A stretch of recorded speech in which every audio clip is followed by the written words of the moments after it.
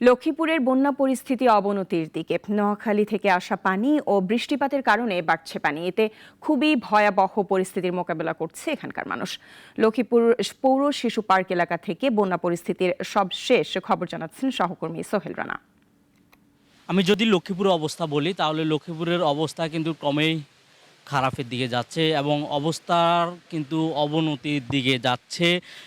গত কয়েকদিনের তুলনায় লক্ষ্মীপুরের প্রায় বিভিন্ন এলাকায় পানি কয়েক ফুট বেড়ে গেছে। বিশেষ করে লক্ষ্মীপুর সদর পূর্বাঞ্চল এবং পৌর এলাকার গ্রামের পর গ্রাম, মাইলের পর মাইল প্লাবিত হচ্ছে এবং মানুষ কিন্তু বিপর্যস্ত অবস্থা আছে। সবচেয়ে উদ্বেগের বিষয় হচ্ছে ফেনী, নোয়াখালী সহ ওই অঞ্চলগুলোতে মানুষের নজর আছে। সেখানে কিন্তু সবাই ত্রাণ কার্যক্রম চালিয়ে যাচ্ছে। সব মিলিয়ে বলা যায় লক্ষ্মীপুরের মানুষ মনে করছে তারা কিন্তু অবহেলিত অবস্থায় রয়েছেন। ঢাকা থেকে বা বিভিন্ন অঞ্চল থেকে খুব বেশি ত্রাণ সহায়তা আসছে না। মানুষের এখানে খাবার সংকট, বিশুদ্ধ পানির সংকট এবং ওষুধ সংকটও দেখা দিয়েছে। সবচেয়ে বড় কথা, আশ্রয় কেন্দ্রগুলোতেও এখন পর্যন্ত পর্যাপ্ত জায়গার সংকট দেখা দিয়েছে। এদিকে আজ ভোর রাতে লক্ষ্মীপুর সদর উপজেলার লারকান্দি উচ্চ বিদ্যালয় আশ্রয় কেন্দ্রে ঠান্ডাজনিত কারণে আব্দুল মালেক নামে এক বৃদ্ধ মারা যাওয়ার খবর পাওয়া গেছে।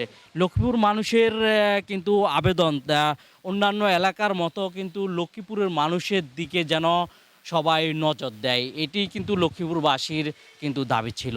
এই ছিল লক্ষ্মীপুর থেকে আমার কাছে সবশেষ।